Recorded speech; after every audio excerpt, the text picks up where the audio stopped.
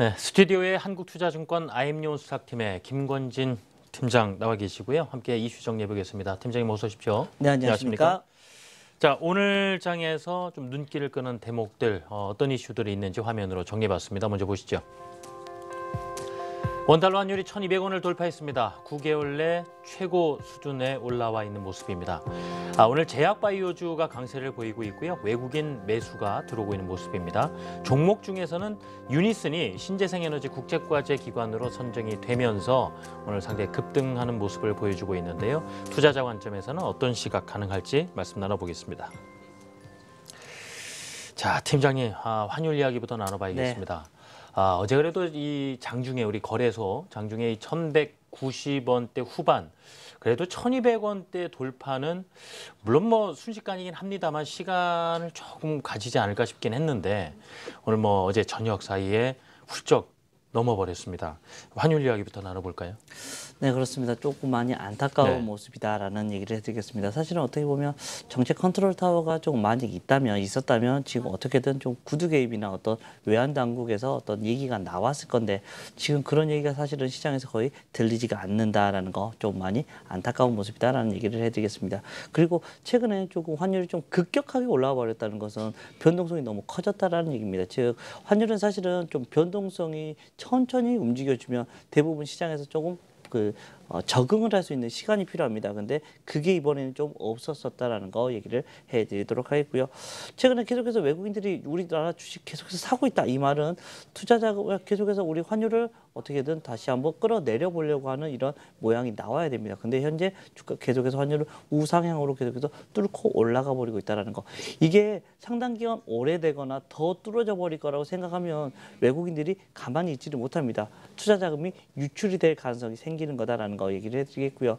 어찌됐든 지금 현재 어떤 트럼프 쪽에 어떤 얘기가 나오고 있습니까? 바로 보호무역 얘기가 나오고 있습니다. 이렇게 되면 사실은 1월 20일 즉위식이 끝나고 나면 이렇게 나가야 될 겁니다. 아마도 달러가 돼야죠. 보호무역의 얘기가 계속해서 나와야 된다는 거. 이렇게 되면 어떻게 된다? 야, 너희들 가격 좀 올려. 너무 약세야 라고 얘기해보면 우리나라 그때부터 다시 한번 좀 강세 쪽으로 돌지 않을까라는 생각을 할 수 있을 것 같고요. 지금 이 라인에서 추가적으로 올라가는 것은 조금 물음표, 좀 여기서 많이 올라가 봤자 한 10원 정도나 올라갈 것 같다. 그렇지만 다시 좀 내려온다면 다시 좀 가파르게 좀 내려올 수 있는 이런 모습이 나올 수 있지 않을까라는 거. 그렇지만 단 지금 현재 시간은 조금 걸릴 것 같다라는 얘기를 해드리도록 하겠습니다. 네, 알겠습니다. 자, 그러면 이 환율 관련해서 어제 뭐 이렇게 환율이 올라가고 있을 때 관련돼서 그래도 주목해야 될 종목들 이야기도 나눠봐야 되겠습니다. 당연히 뭐 수출 관련주들 또 확인을 해봐야 될 것이고 지난주 화요일에 우리 팀장님도 말씀을 주시면서 의류 OEM 업체들 말씀 주셨거든요. 뭐 한세실업이라든가 영어무역 그간 주가가 워낙 많이 빠져 있었는데 오늘 사실 뭐 반등을 상당히 크게 나타내고 있는 상황이고요. 이들 종목에 대한 이야기도 들어보고 싶고 더 확대를 해서 이 환율 상승 속에 좀 수혜주들도 다시 한번 언급을 주시죠. 네, 그렇습니다. OEM 업체들에 대한 얘기를 안 해드릴 수가 없습니다. 의류 OEM 업체 대표적으로 앞에서 우리 앵커님이 얘기해 주셨던 것처럼 한세실험이나 영어무역 같은 경우가 주가가 상당히 좋게 움직일 수밖에 없는 이런 구조다라는 거 얘기를 해드리도록 하겠습니다. 이런 모습은 아마 당분간은 좀 더 오래 지속이 될 수 있을 거다라는 거 얘기를 해드리도록 하겠고요.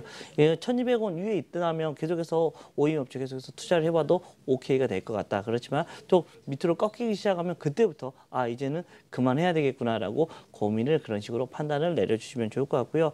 또 대표적으로 뭐 수출 수혜주들 바로 있지 않습니까? 바로 자동차, 조선 그리고 반도체 그리고 전자업종 정도가 된다라는 거 얘기를 해드리겠습니다. 그리고 가격 경쟁력이 어찌됐든 확보가 된다라는 거 가장 중요하다라는 거 얘기를 해드립니다. 실제 이런 모습이 계속해서 나타날 가능성이 크다라고 이야기를 해드리겠고요. 또 반대로 음식료나 항공, 여행 같은 경우는 좀 악재의 흐름이다라고 판단해 주시면 될 것 같습니다. 네. 다음으로 이 제약바이오 이야기 들어보겠습니다. 최근 뭐 물론 독감도 유행하는 것 글쎄요. 그 관련 종목들은 있겠습니다만은 지금 제약바이오 전반적으로는 흐름이 괜찮습니다.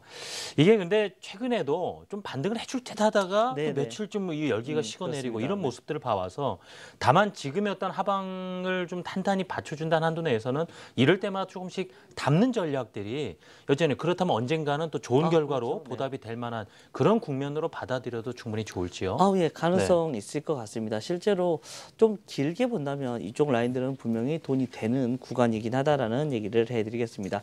최근에 독감이나 뭐 AI 등 뭐 여러 가지가 얘기가 나오면서 급속도로 좀 많이 퍼지고 있습니다. 사실은 이것도 좀 빨리빨리 잡아줬어야 되는데 좀 뒤늦은 뭐 대응이 나오고 있는 것 같다라는 거 얘기를 해드리겠습니다.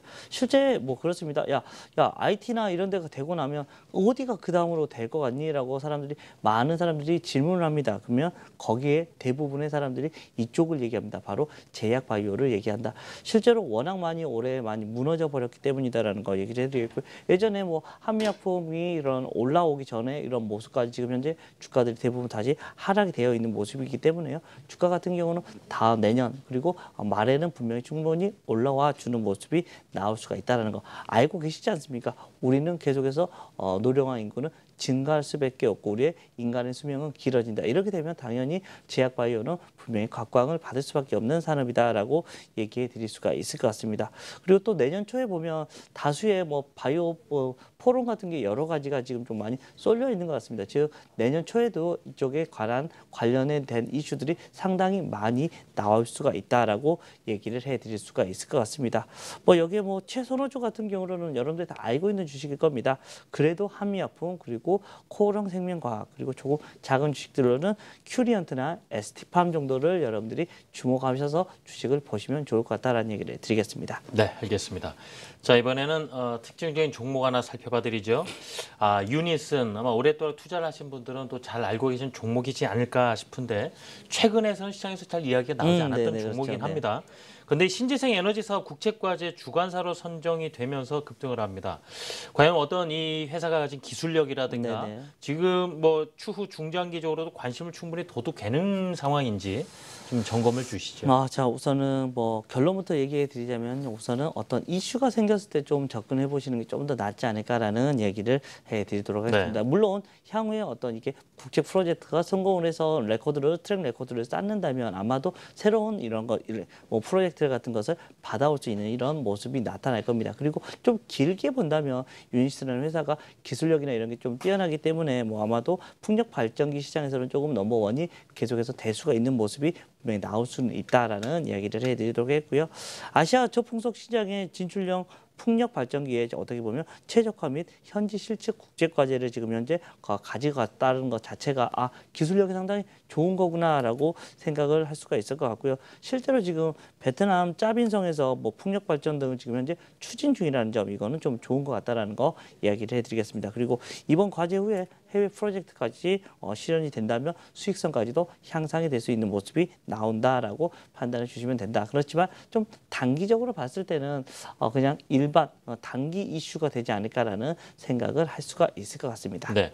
그럼 결국 지금 어떤 국제과제 주관사로 선정이 되면서 충분히 실적에 어느 네네, 정도 그렇습니다. 반영이 되는 네네. 시점이라든가 이런 부분을 더 집중해서 보고 네. 판단을 하시는 말씀인가요? 네. 어떻게 보면 뭐 단지 지금 네. 현재는 그냥 과자에 선정이 됐다 이런 거지 실질적으로 돈이 얼마나 들어올지는 모르겠다라는 거 그리고 실제로 이게 실적으로 연결이 되려면 새로운 프로젝트를 따와야 되고 수주로 이어져야 됩니다. 근데 네. 이게 언제쯤이 될지는 아직은 정말 좀 물음표가 찍혀 있는 거 아닌가라고 판단을 주시면 될 것 같고요. 오늘 그 기대감으로 많이 주가가 위로 올라와 있는 상태니까 이런 뉴스들이 계속 나올 때마다 한 번씩 가보는 게 맞지 않나. 실제 계속해서 꾸준히 나오지는 아직은 않은 것 같다라는 거 얘기를 해드리겠고 확인 뒤에 매매를 하시는 게 더 맞지 않을까라는 얘기를 드리는 겁니다. 네, 알겠습니다.